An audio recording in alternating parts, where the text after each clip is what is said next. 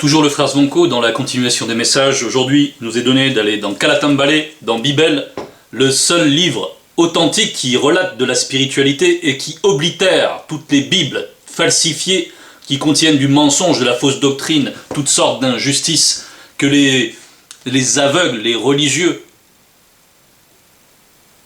tous ceux qui emplissent les paroisses, les synagogues, les mosquées, tout cela qui vénèrent ce qu'ils ne connaissent pas, qui s'interdisent toute réflexion et qui s'en remettent à un livre qui leur raconte du n'importe quoi, qui leur enseigne l'injustice.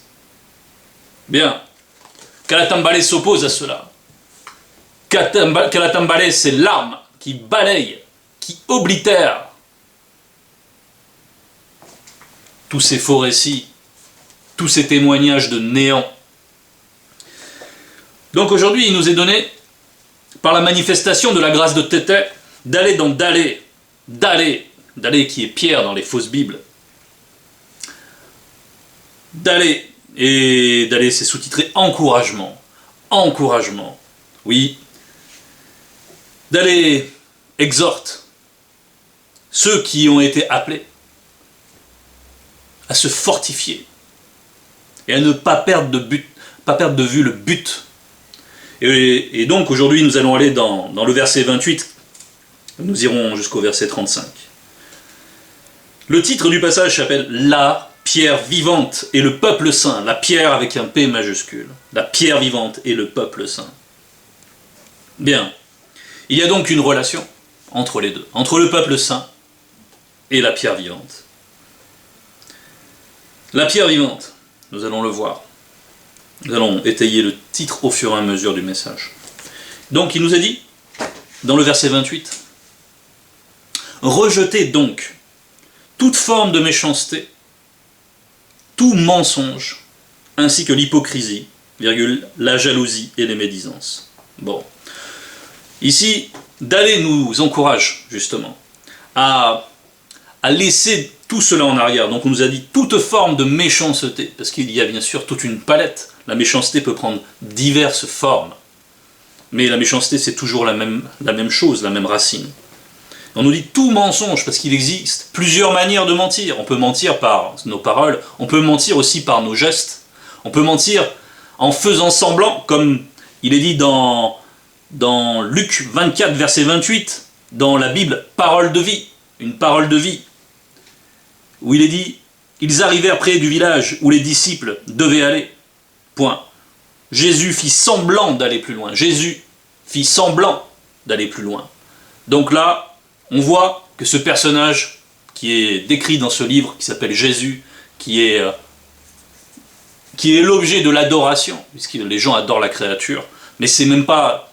Voilà, ils adorent ce qu'ils ne connaissent pas, c'est-à-dire Jésus à la base c'est un personnage fictif. Et ici, dans leur Bible à eux, dans leur propre récit, on leur dit que Jésus ment.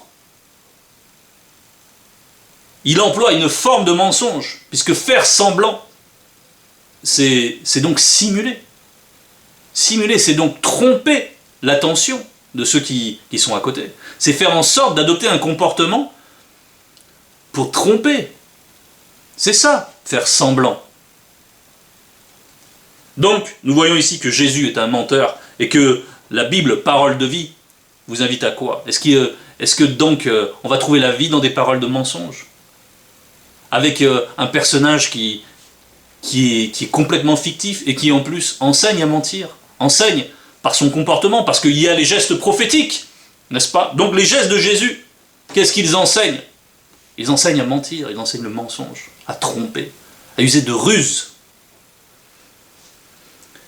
Bien. Là, par contre, Dalé, qui était un apôtre, et qui est un apôtre authentique, nous exhorte ici à nous débarrasser de cela, et en même temps de tout ce qui enseigne cela.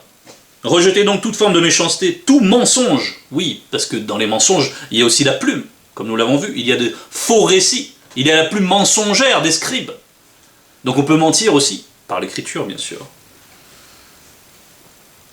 Ainsi que l'hypocrisie. L'hypocrisie, c'est justement faire semblant. c'est faire semblant de ressentir certains sentiments. C'est une forme de condescendance trompeuse. On est toujours dans le domaine du mensonge, de la dissimulation. On fait semblant d'éprouver de la compassion, on fait semblant d'être attentif au sort de quelqu'un, et en fait on a des intentions cachées. On ne ressent pas les sentiments qu'on essaye de montrer en faisant une figure, en adoptant une attitude qui soit perçue par l'interlocuteur. Mais au-dedans, on sait que nos sentiments ne rejoignent pas cette attitude. Et ça, c'est des choses que nous pouvons vivre au quotidien. C'est-à-dire c'est une forme de condescendance qu'on peut rencontrer, par exemple, au travail, ou à divers égards, mais on peut apprendre, par exemple, au travail, où, on va dire, la pause repas, on fréquente des collègues, tout le monde va être occupé par un scandale médiatique, et tout le monde va vouloir aller dans le même sens pour montrer qu'ils sont pleins de moralité. Par exemple, quand tout le monde est appelé à la solidarité, je suis Charlie, voilà. On a vu se mettre en place une obligation de compatir.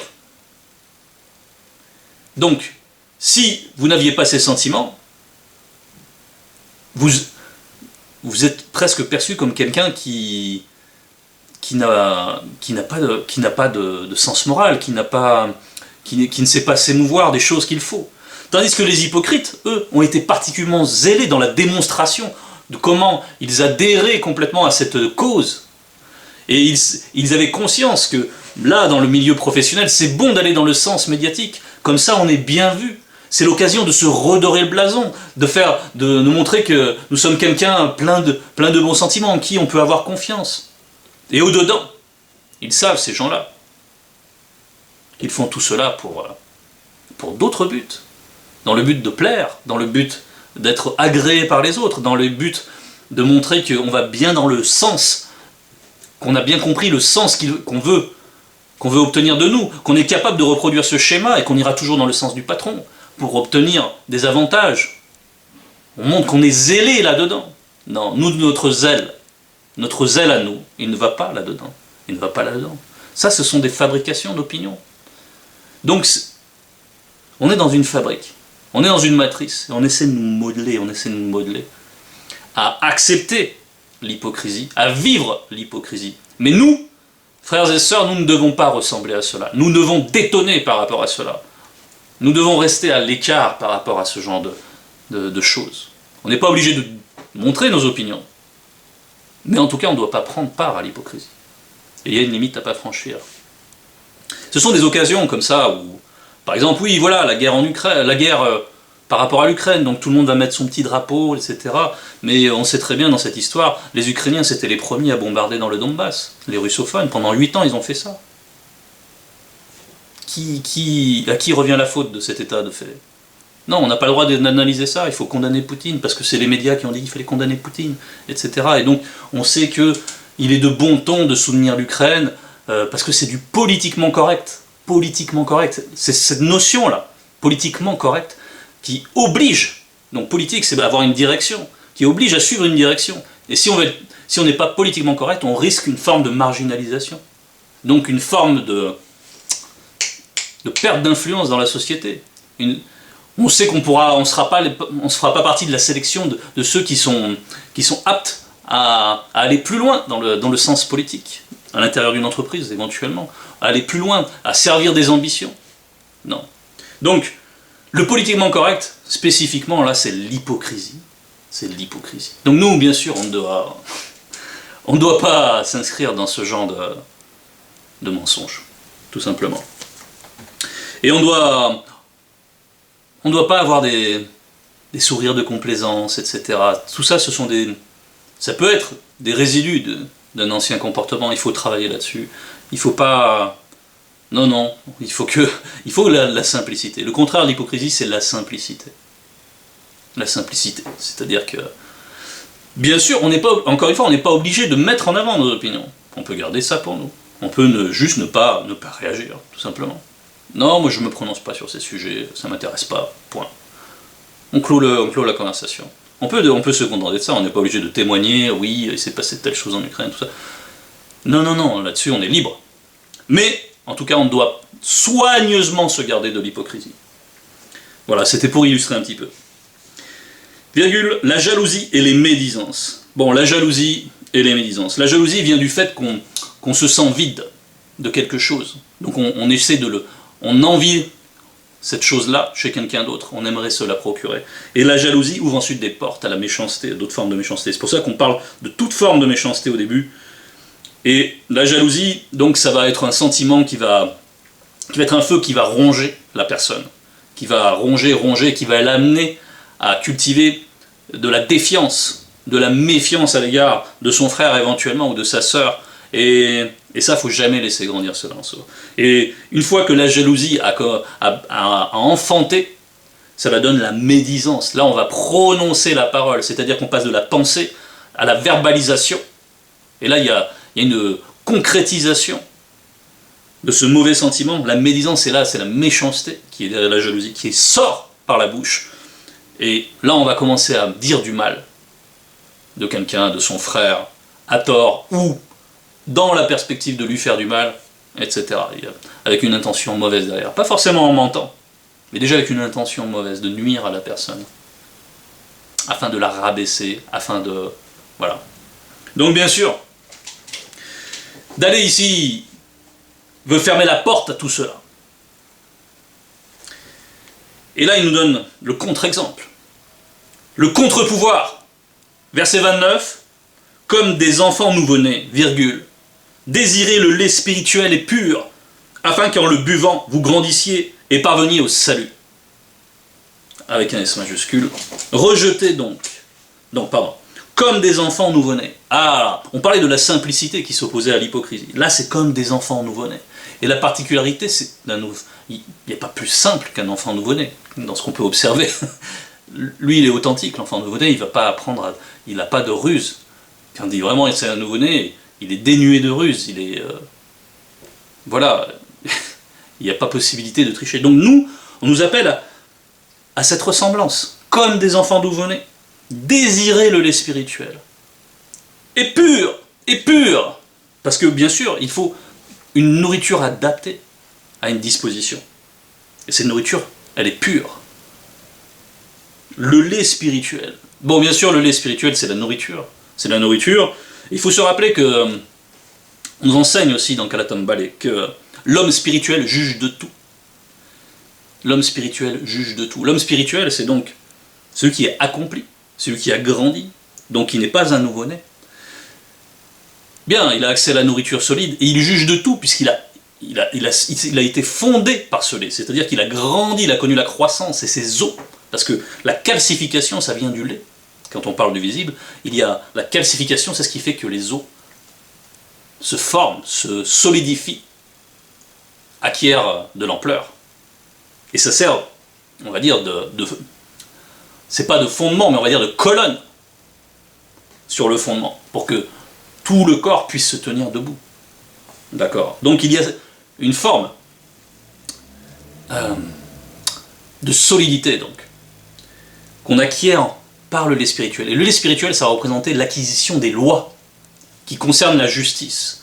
C'est-à-dire que déjà, il faut se mettre en règle par rapport à l'enseignement, par rapport aux lois qu'enseigne le Verbe, et qui toutes ont en commun la justice véritable. La justice véritable. Toutes convergent en cela, dans la justice véritable. Donc, désirer, c'est ce lait-là que nous devons désirer, que nous devons absorber, que nous devons assimiler, et qui doit nous constituer, et qui doit nous consolider dans la foi. Afin qu'en le buvant, vous grandissiez. C'est donc ce dont il est question, et parveniez au salut. Donc, dans le phénomène de grandir, il y a bien sûr un processus qu'on va aborder ensuite. Mais, juste une parenthèse, donc c'est pas parce que nous avons accès à des révélations extrêmement puissantes, à une nourriture très solide que nous donne notre Moulédi en cette époque. Ce n'est pas parce que nous avons accès à cela qu'il faut dénier le lait spirituel. Attention, parce que ça représente l'acquisition de la loi. Donc, il est bon de refréquenter la base. Il est bon de toujours revenir à la crainte du respect qui est due à l'Oba. Il est bon donc de méditer sur les lois, afin de les intégrer, afin de les vivre pleinement. Voilà, donc c'est pas parce qu'on a accès à la nourriture solide qu'on doit dénigrer le lait spirituel. Bien. Verset 30. En effet, virgule, vous avez constaté combien le verbe de l'Oba est bon. Oui, parce qu'on nous parle d'un enfant nouveau-né. Déjà, on nous donne cette opportunité de naître à nouveau, spirituellement. Et ensuite, on prend soin de nous. C'est-à-dire que le verbe de l'Oba chérit notre esprit. Beaucoup plus, tellement plus que l'amour que peut avoir une mère pour son enfant. Non, le lien est tellement plus fort. Donc le verbe chérit notre esprit. Et nous devons apprendre à nous connaître selon notre esprit. Vous avez constaté combien le verbe de l'Oba est bon. Verset 31. Approchez-vous spirituellement de Jokisabe, l'une des deux pierres vivantes, rejetée par les non-initiés, les blancs et les sans-mêlés, virgule, mais jugée précieuse par le grand tout. Mais jugée précieuse par le grand tout. Donc là, on nous dit, approchez-vous spirituellement. Donc s'approcher spirituellement, c'est quoi? C'est la sanctification avant tout. Puisque, on va aller dans Kudumane 23 pour comprendre mieux cela. Kudumane 23.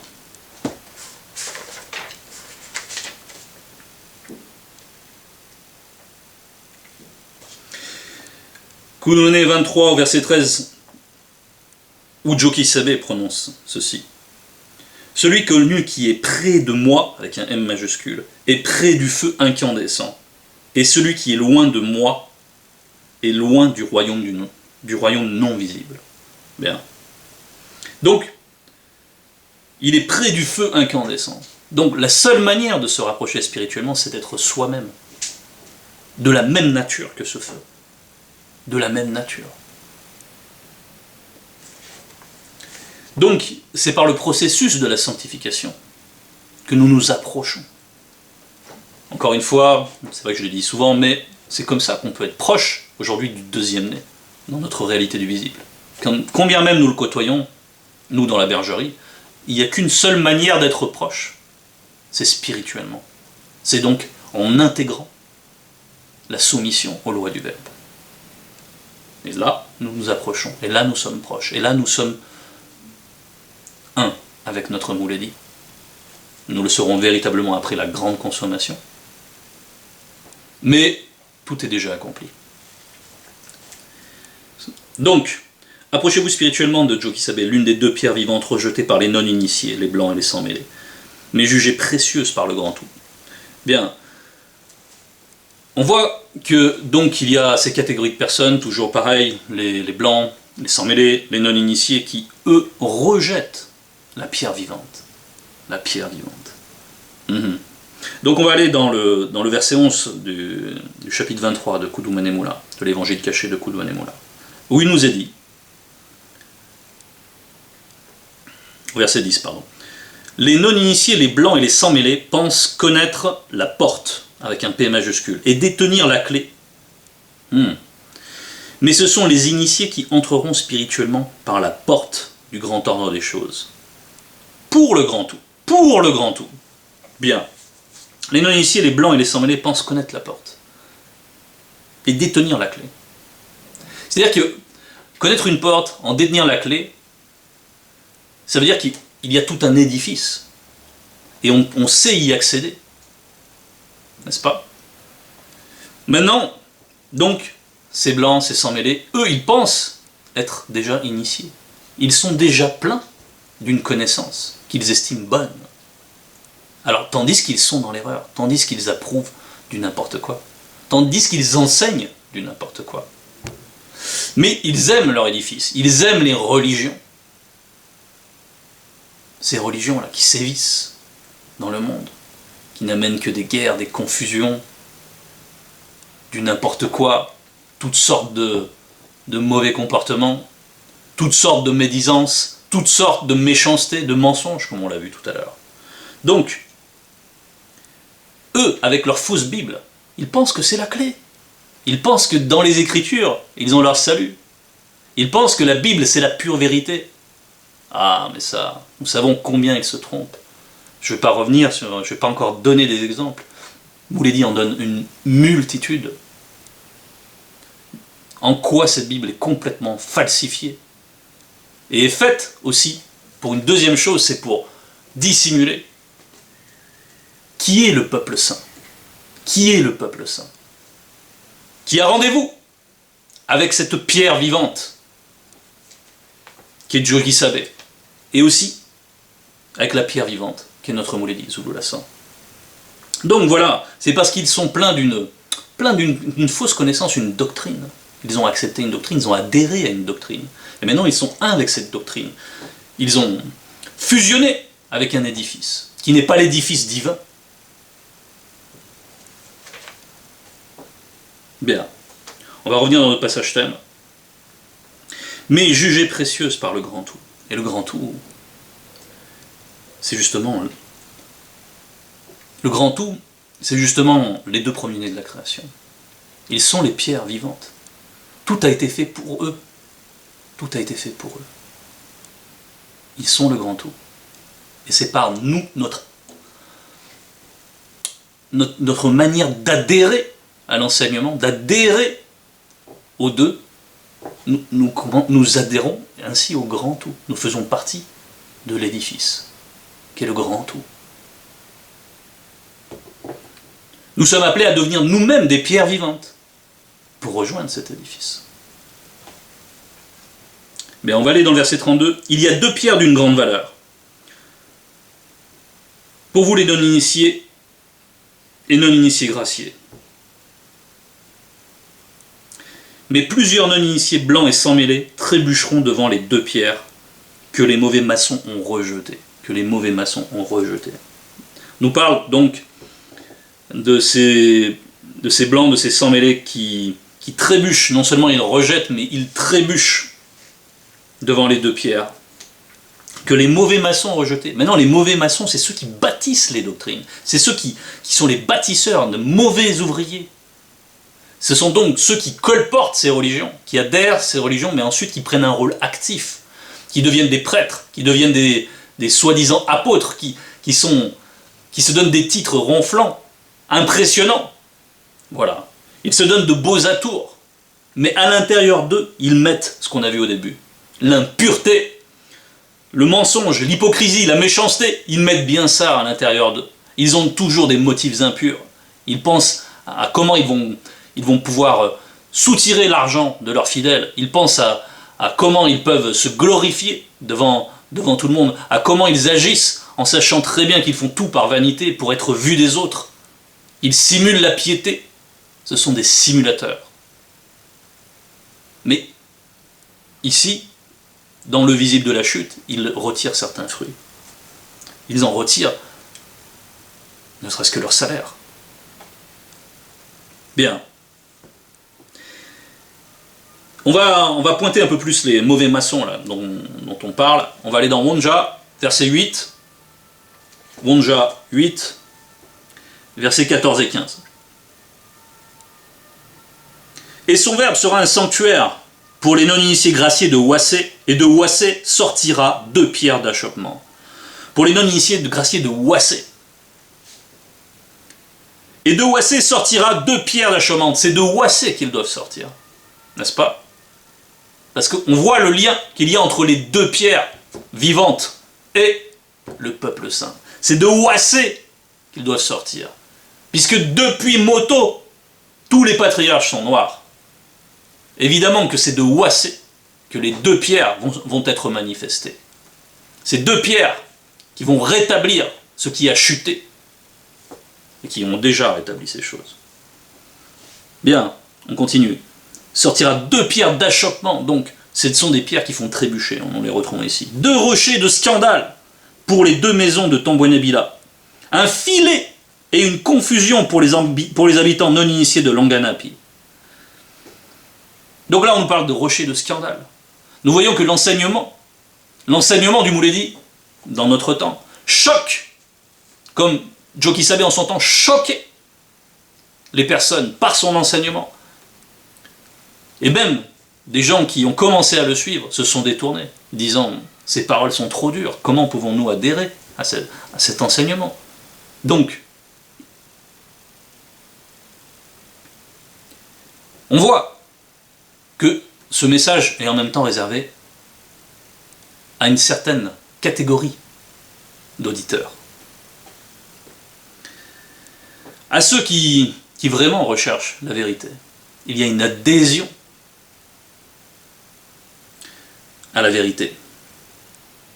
Mais pour ceux qui ont la ruse, pour ceux qui ont l'hypocrisie, qu'on a vu au départ, le premier verset qu'on a vu, pour ceux qui sont animés par cela, c'est ce qu'ils ont accepté, c'est de vivre ainsi, par le mensonge, par la dissimulation, qui les empêche, là maintenant, d'adhérer à l'enseignement du Mouledi, dans notre temps. Et l'enseignement du Mouledi, il est pur.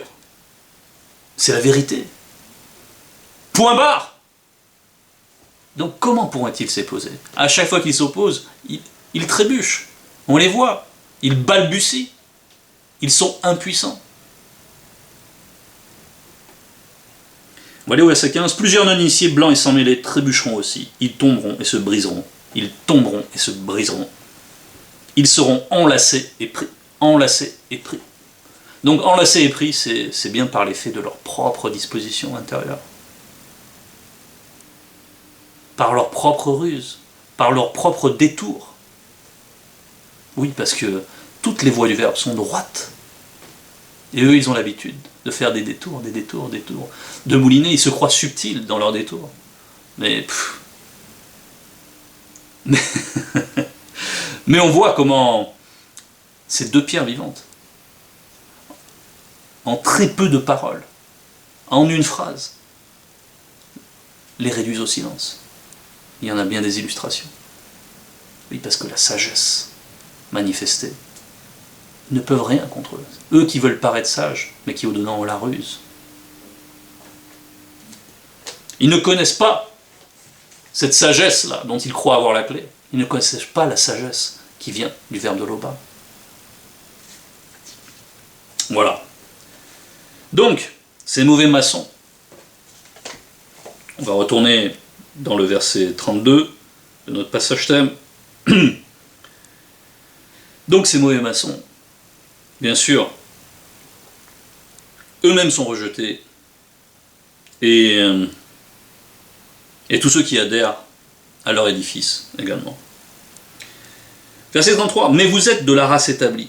Mais vous êtes la race établie, la nation sainte, le peuple qui appartient à Loba. Donc on voit, on l'a déjà vu, comment il y a un lien profond entre la race noire et les deux pierres vivantes. La race établie, la nation sainte, à condition bien sûr que parmi ceux qui sont de cette race, ils adhèrent au message. Verset 34, le Verbe vous a appelé à passer de l'obscurité du monde occulte à la merveilleuse lumière divine, afin que vous proclamiez ses œuvres magnifiques.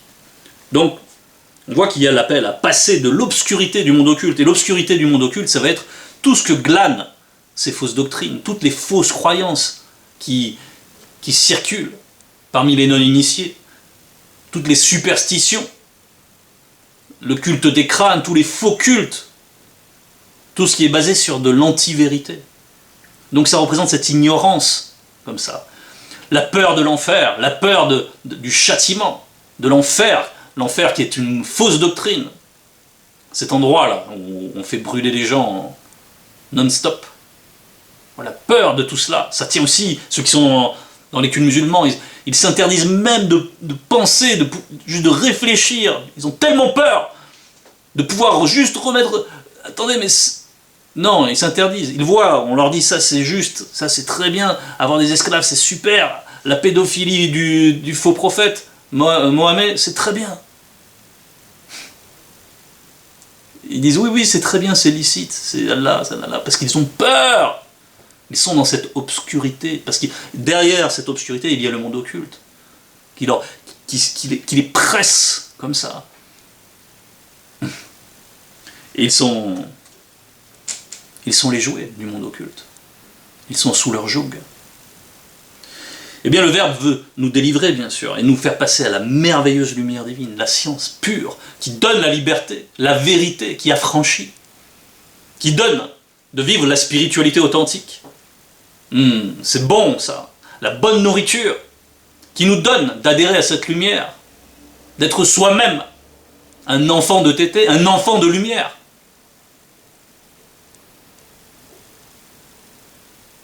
Comme c'est bon de ne plus être dans tous ces dogmes, dans toute cette folie. Et nous, frères et sœurs, bien sûr, nous devons manifester la reconnaissance. Et la reconnaissance, bien sûr, c'est de proclamer. Alors, dans la proclamation des œuvres magnifiques, bien sûr, il y a le témoignage. Il y a le témoignage, il y a le chant, il y a toutes sortes de bonnes œuvres. Il y a notre attitude, il y a ce que notre comportement enseigne autour de nous. Et derrière ce comportement, il y a l'aura, il y a la lumière. Et la lumière éclaire. Nous devons nous-mêmes être des petits feux, comme nous le disions tout à l'heure, et une lumière.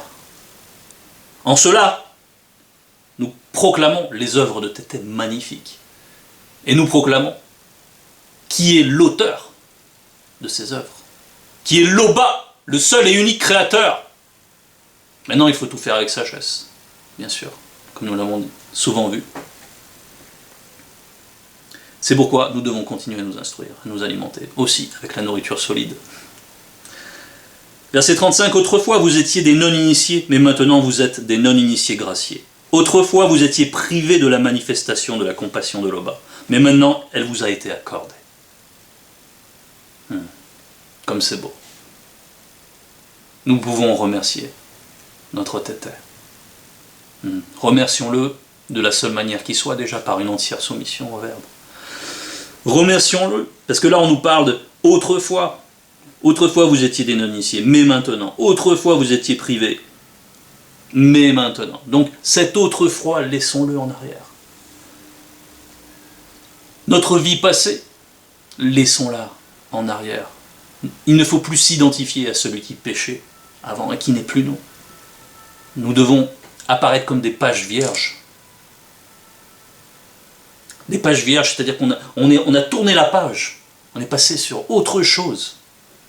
Et maintenant nous nous inscrivons dans un autre livre, celui de Kalatambale.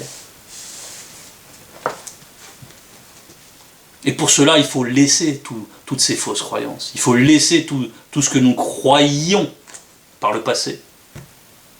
Tout ce que le monde occulte nous a enseigné.